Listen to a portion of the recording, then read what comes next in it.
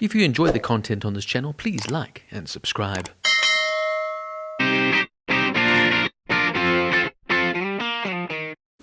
Wicked Little Letters is a 2023 British black comedy mystery film directed by Thea Sharrock, written by Jonny Sweet and stars Olivia Colman, Jessie Buckley, Anjana Vasan, Joanna Scanlan, Gemma Jones, Eileen Atkins and Timothy Spall. Based on a true scandal, it follows an investigation into an anonymous author of numerous crudely insulting letters sent to the residents of a seaside town, Littlehampton in the United Kingdom. Wicked Little Letters premiered at the Toronto International Film Festival on the 9th of September 2023 and was released in the United Kingdom by Studio Canal on the 23rd of February 2024. It received positive reviews from critics. The film was announced in May of 2022, and production began in September of that year and continued into early October in Arundel and Worthing, with some scenes being filmed in and around Crown Court in Aylesbury. Ben Davis served as the cinematographer. Principal photography took place on Stage 1 at Pinewood Studios. Some interesting trivia notes. Although the actual events occurred in Littlehampton, filming did not take place there. As I mentioned earlier, filming was done in Arundel and Worthing. Arundel was used for the town and street events, and all the seaside filming was carried out in Worthing. Britain's first women constables were employed in 1915 as an important example of women showing that they were capable of doing previously exclusive men's work during the First World War and not standing down afterwards. In the movie, some characters, namely Gladys Moss, Bill and Judge Maccleston, are played respectively by non-white actors and actresses, Anjana Vasan, Malachi Kirby and Cyril Nere. In real life, Moss, Bill and Judge Maccleston were all white. In the movie, Rose Gooding is an Irish immigrant. In real life, she was born in Lewes, Sussex, England. Jessie Buckley, who plays Rose, was born in Killarney, Ireland. One of the police constables who turns up to arrest Rose when they think she is at risk of fleeing prior to the trial is black. Actually, this is conceivable, although unlikely due to the low numbers at the time, as the first black policemen in England were appointed in 1837. This film reunites Olivia Colman and Jessie Buckley, who starred together in The Lost Daughter, released in 2021, playing the same character at different ages. In that film, of course, they never interacted on screen. Hugh Skinner, who plays Constable Paperwick, and Richard Goulding, Mr. Scales, appear together in The Windsors as Prince William and Prince Harry, respectively. Timothy Spall and Gemma Jones have appeared in the Harry Potter franchise, Jones as Madame Pomfrey, while Spall played Peter Pettigrew or Wormtail. Jessie Buckley improvised the moment where she flashes her bottom at the police as she is running away from them. While based on actual events and people, the postscript states that Edith was sentenced to 12 months hard labour and Rose was never charged with another crime, which is directly contradictory to the true events.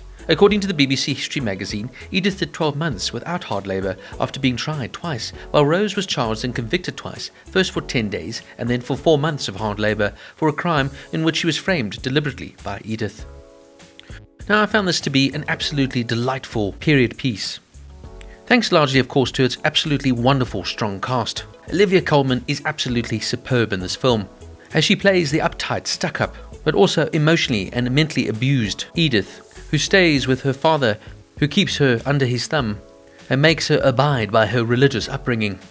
Of course, right next door, we have the completely opposite Rose Gooding, here played by the fantastic, ever-talented Jessie Buckley, who delivers once again an outstanding performance as an actress who seems that she can do no wrong. Rose is a foul-mouthed, straight-laced, strong personality, and it's wonderful now to see the juxtaposition between the conservative Edith and the buoyant Rose. The film, of course, is set in 1920 during the suffragette movement in the United Kingdom, and the premise is based on the real story of Edith Swan, who is a spinster and devout Christian who became the target of some hate mail, which of course causes great distress to her and her family. Without any evidence or proof, everybody decides to point the finger at the foul-mouthed Rose.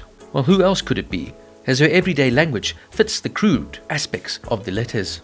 And so begins the tale of this back and forth, duel and feud, if you were, between these two very contrasting women. Along the way, we are introduced to Anjana Vasan's PC Gladys Moss, a woman police officer trying to make her way through the male-dominated force. Timothy Spall also turns out a stunning performance here as Edward Swan, Edith's oppressive father, who's a man of the age and believes that women are secondary citizens. It's a film that speaks to its age, when women, of course, were considered inferior to men and didn't have the right or the means to be considered equal. But the film points to this very well, but still keeps its humour. At the heart, of course, of the story is actually quite a serious one. Here we have an oppressed woman receiving absolute hate mail, and then she points the finger at a woman seemingly innocent of the crime. But the film never takes itself too seriously, and even if it's based on real-life events, the movie sort of presents itself in a sort of tongue-in-cheek style. I love the little mystery and little subtle nuances within the film, but really for me though, it's the fantastic performances here from Colman and Buckley as they go back and forth that really make this film stand out. And while making statements about gender equality, the film also highlights what it was like to be a woman in 1920, just before the suffragette movement. Beautifully witty, with some fantastic acting performances here, a stunning script that will leave you laughing out loud.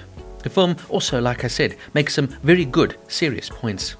If you're looking for a well-made, easily told, yet funny and introspective story, then Wicked Little Letters will be right up your alley.